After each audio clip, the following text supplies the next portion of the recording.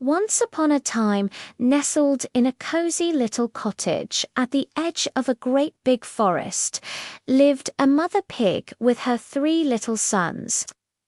As the days grew shorter and a crisp chill filled the air, she knew it was time for her boys to venture out and build their own lives. She gathered them close, her heart full of both pride and a little bit of worry. "My dear sons," she said with a gentle smile, "you are all grown up now. It is time for you to go out into the world and seek your fortunes. But remember, whatever you do, do it with all your heart and build a safe, strong home for yourselves. Be wary of the big bad wolf who roams these woods with warm hugs and a basket packed with goodies." The 3 little pigs waved goodbye to their mother and set off on their grand adventure. The first little pig was a cheerful and carefree soul. He loved to play and sing and wasn't too keen on hard work. As he trotted down the path, he met a farmer carrying a large bundle of straw. "What a wonderful day for building," he thought. "Straw looks light and easy to work with. I can build my house in no time and have the rest of the day to play." He politely asked the farmer for some straw, and the farmer kindly agreed. In just a few hours, the first little pig had built himself a simple house of straw. It wasn't very sturdy, but he didn't mind. He danced around his new home, singing a happy tune, proud of his quick work. The second little pig was a bit more practical than his brother, but he still liked to get things done quickly. He walked a little further down the road and soon came across a man with a cart full of sticks. He pondered. "Sticks are definitely stronger than straw, but still easy enough to build with. I can have my house finished by lunchtime." He traded some of his pocket money for a bundle of sticks and got to work. He hammered and tied, and soon a house made of sticks stood before him. It was a little wobbly, but it looked much sturdier than his brother's straw house. Satisfied, he went inside to prepare a nice cup of tea, pleased with his efficient building. Now, the third little pig was the most patient and hard-working of the 3. He watched his brothers build their houses quickly and knew that he wanted something much safer and stronger. He remembered his mother's words about the big bad wolf and decided to take no chances. He continued his journey until he found a bricklayer with a wagon full of strong red bricks. "This is it," he exclaimed. "A house of bricks will be safe and warm. It will take a lot of hard work, but it will be worth it."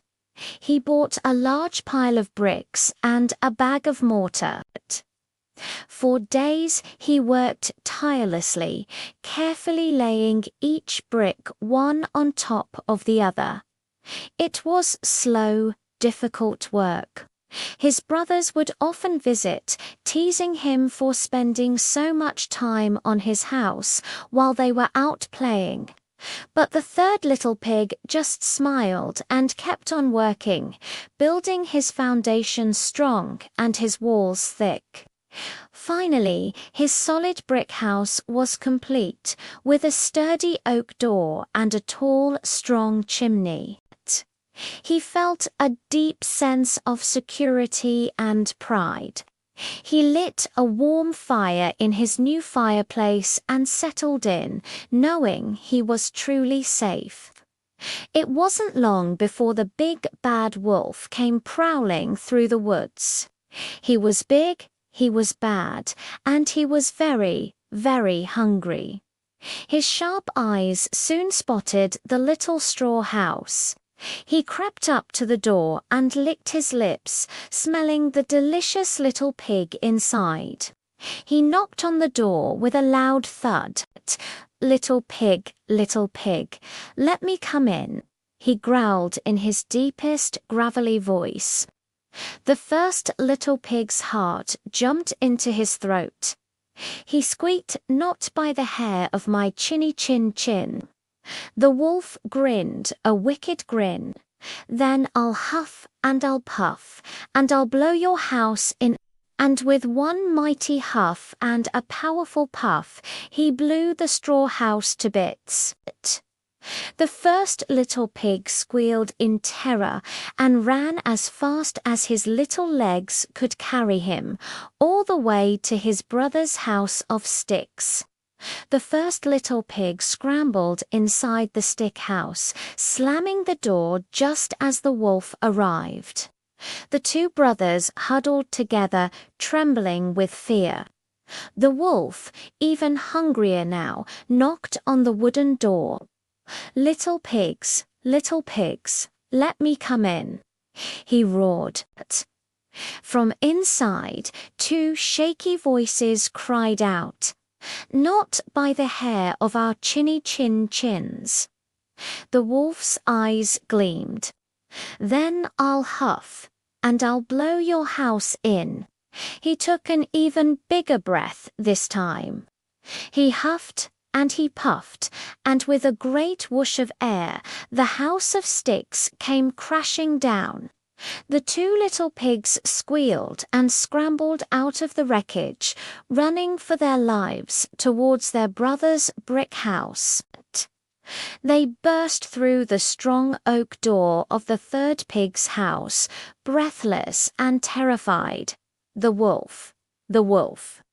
"He blew our houses down," they cried. The third little pig calmly bolted the door and looked at his frightened brothers. "Don't worry," he said confidently. "You are safe here. This house is built to last." Just then, a tremendous bang echoed on the door. It was the wolf, angrier and hungrier than ever. Little pigs, let me come in," he bellowed. The three pigs stood together and shouted back bravely, "Not by the hair of our chinny chin chins." The wolf was furious. "Then I'll huff, and I'll puff, and I'll blow your house in." He huffed and he puffed. He huffed again and he puffed again. His cheeks turned red and his eyes bulged, but the brick house didn't even tremble. Not a single brick moved. The wolf was exhausted and out of breath, but he was also clever. He looked up and saw the chimney. "Aha," he thought. "I'll just climb up the roof and slide down the chimney. I'll have all three of them for my dinner." He quietly scrambled onto the roof and started to climb towards the chimney. But the third little pig was clever too. Hearing the scuffling on the roof, he knew exactly what the wolf was planning. He quickly hung a large pot of water over the roaring fire in his fireplace. As the wolf positioned himself over the chimney, he could smell the most wonderful stew cooking below. "What luck," he thought, and with a wicked chuckle, he slid down the chimney. But instead of landing in the middle of the room, he fell straight into the giant pot of boiling water with a tremendous splash. Yayo, he howled in pain. He shot back up the chimney like a rocket, his tail singed and his pride completely shattered. He ran off into the forest, yelping all the way, and was never seen by the three little pigs again. The two older brothers looked at their younger brother with awe and gratitude. They finally understood the importance of hard work and planning ahead. They thanked him for saving their lives and promised to always build with care and patience from then on. And so the three little pigs lived happily and safely together in the strong little brick house. The moral of the story, of course, is that taking the time to do things right from the start always pays off in the end. A little extra effort can make all the difference. Thanks for watching. If you enjoyed this story, don't forget to like and subscribe for more. See you next time.